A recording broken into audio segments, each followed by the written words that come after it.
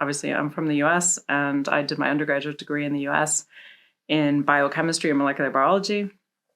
And then I went to Germany with a scholarship from the US German government. And then via that, I ended up studying in Germany to do a master's degree.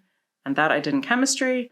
And then through that experience, I decided I was quite interested in X-ray spectroscopies and bridging the interface between surface science and engineering. And then from that, then I ended up in the UK and I did a PhD here. And then after many other things, I ended up focusing more on XPS and surface science. What do you find exciting about it? I guess in my specific role, I find it interesting to work with lots of different researchers and explore the chemistry of the entire periodic table effectively. And so what kind of fields do you work with? Chemistry, physics, mechanical engineering, chemical engineering, pharmaceutical type work, crystallization, some heritage science, kind of anything really. Very broad. Yeah. And are there any favourites or any particular ones that you find more interesting than others? I find everything interesting. I don't do anything with radioactive materials. Okay. Exclude that one. And has surface science taken you into any projects that you may not have expected that you would get into? No, I don't think so. I don't mean that in a negative way, but I think by the time I started doing it, I already had quite a broad background. So I think I didn't expect to be in surface science. So it's the other way around. Yeah, interesting. And so is there a favourite project that you worked on or something that you look back at and think was a highlight for you?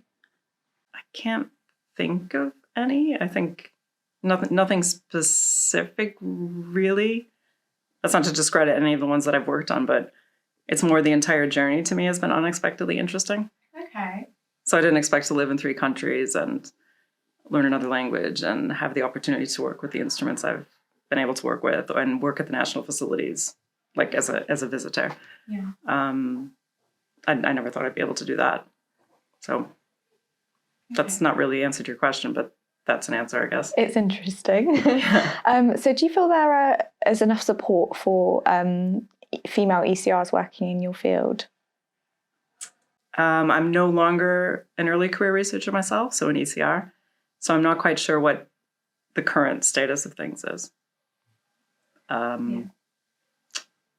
I don't really know. I mean, for me, I distinguish between female and also mothers or women with caring duties. Mm.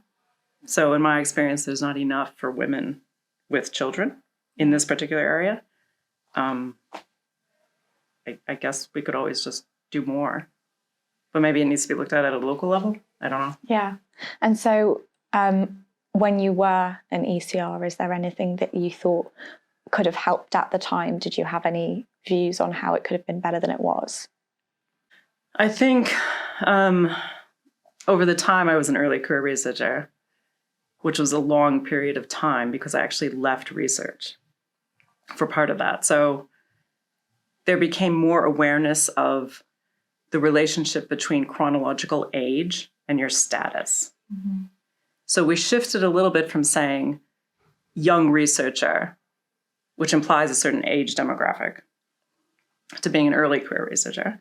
So I think just that term is effective. Yeah. Was there anything at the time that you noticed was maybe deficient that could have made things better? Any support networks or?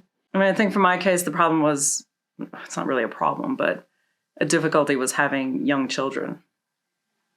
And there wasn't very much support to help with travel. Mm-hmm. So obviously you'd have to pay if you have to bring a baby or a small child with you to a conference. You typically need to pay for that yourself, which is fine to some extent, but there seems to be more support for that now.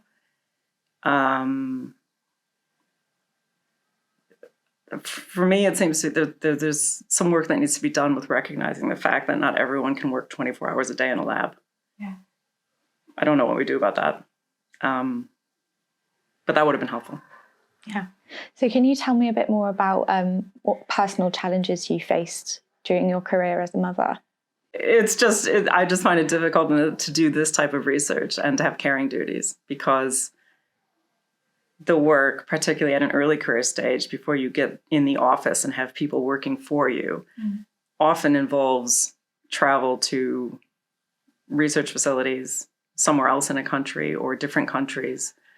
The experiments can often be quite complicated. So it's not necessarily just computational research, which you could do, at home while cleaning the kitchen or something like that. I mean, I know you can't really do that, but you have to actually be on site in a lab.